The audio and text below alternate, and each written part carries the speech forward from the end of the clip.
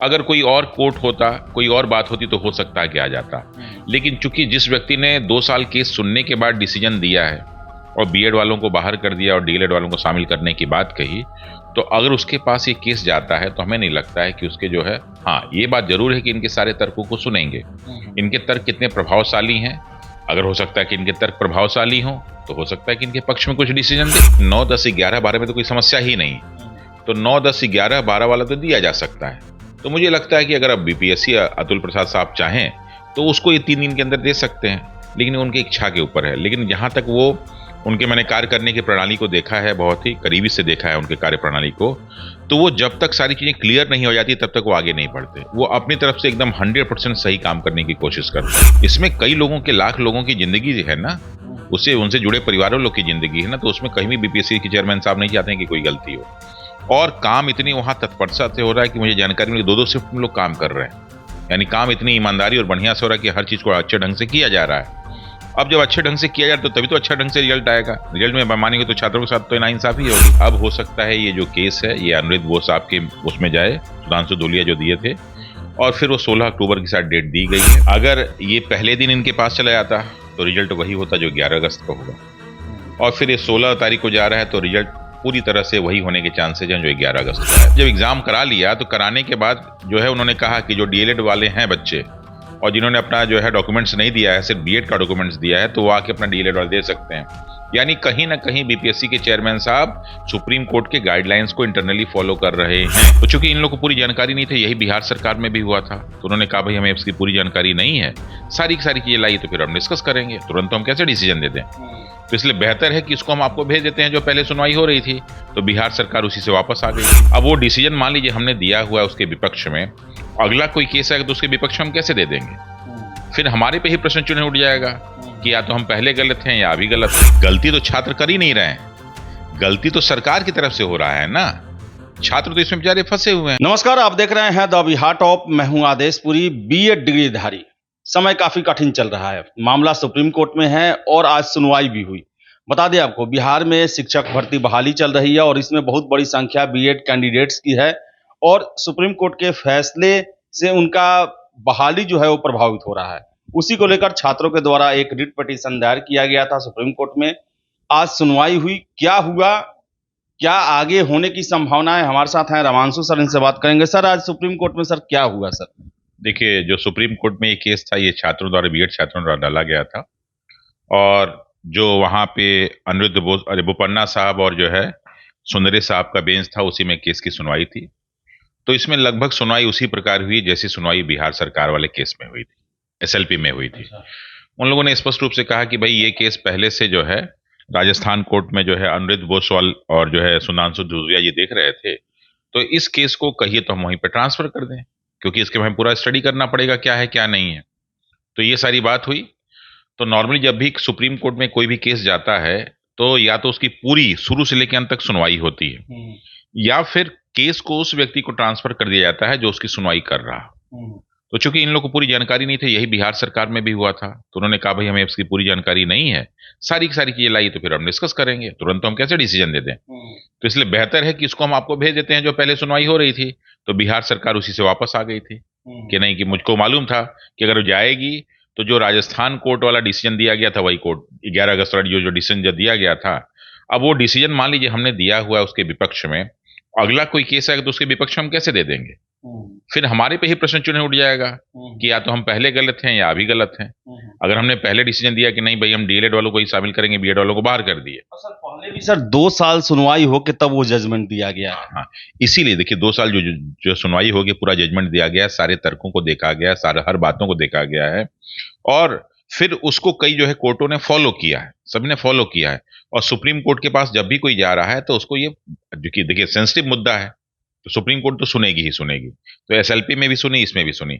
अब चूंकि प्रशांत भूषण साहब केस लेके गए थे तो नो डाउट वो दिल्ली के बहुत अच्छे वकील हैं, और जब हम लोग यूपीएससी दिया करते थे तो हम लोग का यूपीएससी का केस वही लड़े थे। तो छात्रों के में के जो है केस वो लड़ते हैं अक्सर, जो भी छात्रों का मुद्दा होगा देखेंगे प्रशांत भूषण साहब वो केस लड़ते हैं, कुछ केस उन्होंने जितवाया भी है। तो जो सुप्रीम कोर्ट बड़े बड़े जो ये वकील होते हैं उनके केस को जो है वहां लाइन अप कर दिया जाता है।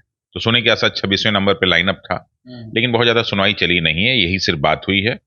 और जब कोर्ट ने कहा ये बात तो नॉर्मली इसके बाद ये जो है चीफ जस्टिस के पास जाता है और फिर वो पूछते हैं कि भाई कौन देख रहा था, तो वो देख रहे थे, उनको भेज दिया जाएगा। तो यही बात हो रही है। अब हो सकता है ये जो केस है ये अनिरुद्ध बोस साहब के उसमें जाए, सुधांशु धूलिया जो दिए थे, और फिर वो 16 अक्टूबर की शायद डेट दी गई है। तो क्या संभावना है? 16 अक्टूबर को डेट है और उन्हीं जज साहब के पास है जो ये फैसला दिए, जिसके कारण फिर से रिट पिटीशन हुआ, एसएलपी हुआ, आज फिर से बिहार को लेकर मामला उनके पास पहुंच रहा है। सर क्या लगता है?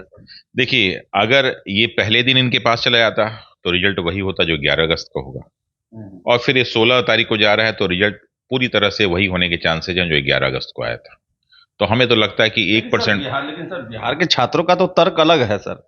उनका तो कहना है कि हम चूंकि एनसीटी ने प्रोसेस बनाया, हम उसको फॉलो किए, फॉर्म निकला, उसी आधार पर नोटिफिकेशन भी निकाला गया बीपीएससी के द्वारा। छात्रों की क्या गलती है? एडमिट कार्ड भेजा गया था तब उसके बाद फैसला आया। हम यही तो कह रहे हैं पहले दिन से आपसे, हम लोग से यही बात है कि छात्रों की कोई गलती ही नहीं है। गलती तो छात्र कर ही नहीं रहे हैं, गलती तो सरकार की तरफ से हो रहा है ना। छात्र तो इसमें बेचारे फंसे हुए हैं। हम लोग उस समय देखिए, जब 11 अगस्त को ये डिसीजन आया और उसके पहले से प्रोसेस जो है अप्रैल मई से जो है प्रोसीजर शुरू हो गया था सारा का सारा, और उसमें डेट भी कुछ बढ़ाया गया, आगे कुछ चीजों को सुधारा भी गया, बदला भी गया, बहुत सारी चीजें हुई। तो छात्रों की, बीएड वाले छात्रों को कोई गलती नहीं है। उन्होंने डिग्री सही लिया, उन्होंने परीक्षा का फॉर्म सही भरा, उन्होंने परीक्षा सही किया। लेकिन जब 11 अगस्त को डिसीजन एक आ गया था तो लग रहा था कि कहीं ना कहीं भर्ती फंसेगी। तो जब भर्ती फंसने की बात थी तो बिहार सरकार को थोड़ा सा रुक जाना चाहिए था, फिर डिसीजन लेना चाहिए था। अच्छा देखिए, कर वही लोग रहे थे, क्यों कि जब उन्होंने जब एग्जाम करा लिया तो कराने के बाद जो है उन्होंने कहा कि जो डीएलएड वाले हैं बच्चे और जिन्होंने अपना जो है डॉक्यूमेंट्स नहीं दिया है, सिर्फ बीएड का डॉक्यूमेंट्स दिया है, तो वो आके अपना डीएलएड वाले दे सकते हैं। यानी कहीं ना कहीं बीपीएससी के चेयरमैन साहब सुप्रीम कोर्ट के गाइडलाइंस को इंटरनली फॉलो कर रहे हैं। तो इसलिए हमें लगता है कि छात्रों की तो कोई गलती नहीं, लेकिन परिणाम तो छात्रों पे ही पड़ेगा ना। तो यही दुख की बात है कि जिस गलती को छात्रों ने नहीं किया उसका परिणाम छात्र भुगतने को तैयार है। अक्टूबर को सर क्या लगता है, आपको क्या लगता है? 16 अक्टूबर को भी डिसीजन लगभग लबोलबाब यही आना चाहिए जो 11 अगस्त को आया था। बहुत ज्यादा परिवर्तन होने की संभावना बिल्कुल नहीं है। अगर कोई और कोर्ट होता, कोई और बात होती तो हो सकता है कि आ जाता, लेकिन चूंकि जिस व्यक्ति ने 2 साल केस सुनने के बाद डिसीजन दिया है और बीएड वालों को बाहर कर दिया और डीएलएड वालों को शामिल करने की बात कही, तो अगर उसके पास ये केस जाता है तो हमें नहीं लगता है कि उसके जो है, हाँ ये बात जरूर है कि इनके सारे तर्कों को सुनेंगे। इनके तर्क कितने प्रभावशाली हैं, अगर हो सकता है कि इनके तर्क प्रभावशाली हों तो हो सकता है कि इनके पक्ष में कुछ डिसीजन दे या उसमें कुछ सुधार करे। लेकिन ये तो जज साहब के, सुप्रीम कोर्ट के जज साहब के ऊपर है ना। सर चलिए वो सब हो गया कि 16 तारीख को है, लेकिन बिहार में सर जो रिजल्ट जो है ये देने की बातें सर 15 के आसपास हो रही है। सर क्या लगता है सर 16 अक्टूबर के सुनवाई को लेकर बीपीएससी क्या सर इंतजार करेगी? सर बिहार सरकार इंतजार करेगी, आपको क्या लगता है? देखिए, जब भी कोई फॉर्म निकलता है ना तो उसमें एक लाइन अंडरस्टूड होता है कि अगर कोर्ट चाहे ऐसा कोई डिसीजन आता है तो इसका प्रभाव इस पर पड़ेगा। जैसे बहुत सारी चीजों को हम लोग भरते हैं ना तो नीचे टर्म्स एंड कंडीशंस लिखे होते हैं, तो वैसे इसमें टर्म्स एंड कंडीशंस भी होते हैं।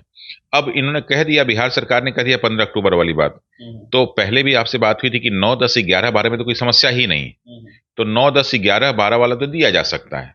तो मुझे लगता है कि अगर अब बीपीएससी अतुल प्रसाद साहब चाहें तो उसको ये 3 दिन के अंदर दे सकते हैं, लेकिन उनकी इच्छा के ऊपर है। लेकिन जहां तक वो उनके, मैंने कार्य करने की प्रणाली को देखा है, बहुत ही करीबी से देखा है उनके कार्य प्रणाली को, तो वो जब तक सारी चीजें क्लियर नहीं हो जाती तब तक वो आगे नहीं बढ़ते। वो अपनी तरफ से एकदम 100% सही काम करने की कोशिश करते हैं।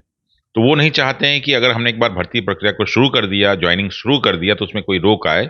इसलिए मुझे लगता है कि वो 16 तक वेट कर सकते हैं। प्राइमरी को लेकर सर, प्राइमरी को लेकर 16 तक वेट कर सकते हैं, और 9, 10, 11, 12 वो चाहे तो दे सकते हैं। लेकिन मुझे लगता है कि इसमें भी हो सकता है कि आगे बढ़ जाए।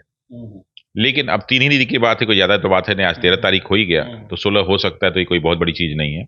लेकिन सर 16 की बात कर रहे हैं, एक और चीज सर, कल ही हम लोग ने चर्चा किया था कि बीपीएससी को कितना काम करना है, इतना बड़ा भर्ती है, और शाम को ट्वीट भी आया अध्यक्ष जी का, उन्होंने कहा कि धैर्य रखें और हमें अपना काम करने दें। तो सर कब तक धैर्य रखने की बात आ रही है सर? देखिए, धैर्य तो इनको इसलिए रखना चाहिए, सबसे बड़ी चीज क्या है कि कल आपकी जब हमारी बात हुई तो हम लोग दोपहर में बात कर रहे थे, और मैंने सारे तथ्यों को रखा कि भाई कैसे काम वहां पे होता है। क्योंकि मैं बहुत जगह काम किया तो उस काम को हमने देखा है, तो हमने कहा कि काम जो है एकदम प्रॉपर तरीके से होता है। ये कोई दुकान नहीं के गए और पैसा दिए और सामान लेके चले आए। इसमें कई लोगों के, लाख लोगों की जिंदगी है ना, उससे उनसे जुड़े परिवारों लोग की जिंदगी है ना, तो उसमें कहीं भी बीपीएससी के चेयरमैन साहब नहीं चाहते हैं कि कोई गलती हो। और काम इतनी वहां तत्परता से हो रहा है कि मुझे जानकारी मिली, 2-2 शिफ्ट में लोग काम कर रहे हैं। यानी काम इतनी ईमानदारी और बढ़िया से हो रहा है कि हर चीज को अच्छे ढंग से किया जा रहा है। अब जब अच्छे ढंग से किया जाए तो तभी तो अच्छा ढंग से रिजल्ट आएगा। रिजल्ट में बेईमानी हुई तो छात्रों के साथ तो नाइंसाफी होगी। तो इसलिए उन्होंने ट्वीट करके लिख दिया कि भैया हमको डिस्टर्ब मत कीजिए, हमें काम करने दीजिए। तो अभी काम हो रहा है, निश्चित रूप से वहां पे काम हो रहा है, और मुझे लगता है कि काफी हद तक रिजल्ट तैयार भी हो चुका है, जहां तक ऐसा लग रहा है, क्योंकि हो जाना चाहिए था। तो 9, 10, 11, 12 ये दे सकते हैं, और बाकी 1 से 5 बीआरटी वाला वो 16 के बाद ही आएगा, उसके पहले तो कोई संभावना नहीं है। तो रमांशु सर हैं, इनका साफ कहना है कि जो प्राथमिक विद्यालयों के रिजल्ट जो हैं शिक्षक के लिए 16 अक्टूबर के बाद ही संभावना है। और सर का यह भी कहना है, बताया सर ने कि सुप्रीम कोर्ट का कैसे प्रोसेस होता है, और उन्हीं जज साहब के पास ये रिट पिटीशन चला गया है जो 11 अगस्त का फैसला दिए थे। लंबा सुनवाई किए, तथ्यों से वाकिफ हैं, जान रहे हैं इस केस को। तो देखिए 16 अक्टूबर को क्या होता है। बिहार सरकार और फिर से छात्र जो हैं वो अपने तर्क रखेंगे वहां पर कि आखिर किन कारणों से उन्हें रियायत दिया जाए, छूट दिया जाए। आशा करेंगे कि जो भी हो छात्रों के साथ न्याय हो, चाहे वो डीएलएड हो या बीएड हो। तो फिलहाल इस वीडियो में इतना ही। वीडियो पसंद आया लाइक शेयर करें, हमारे चैनल द बिहार टॉप को सब्सक्राइब जरूर कर लें। धन्यवाद।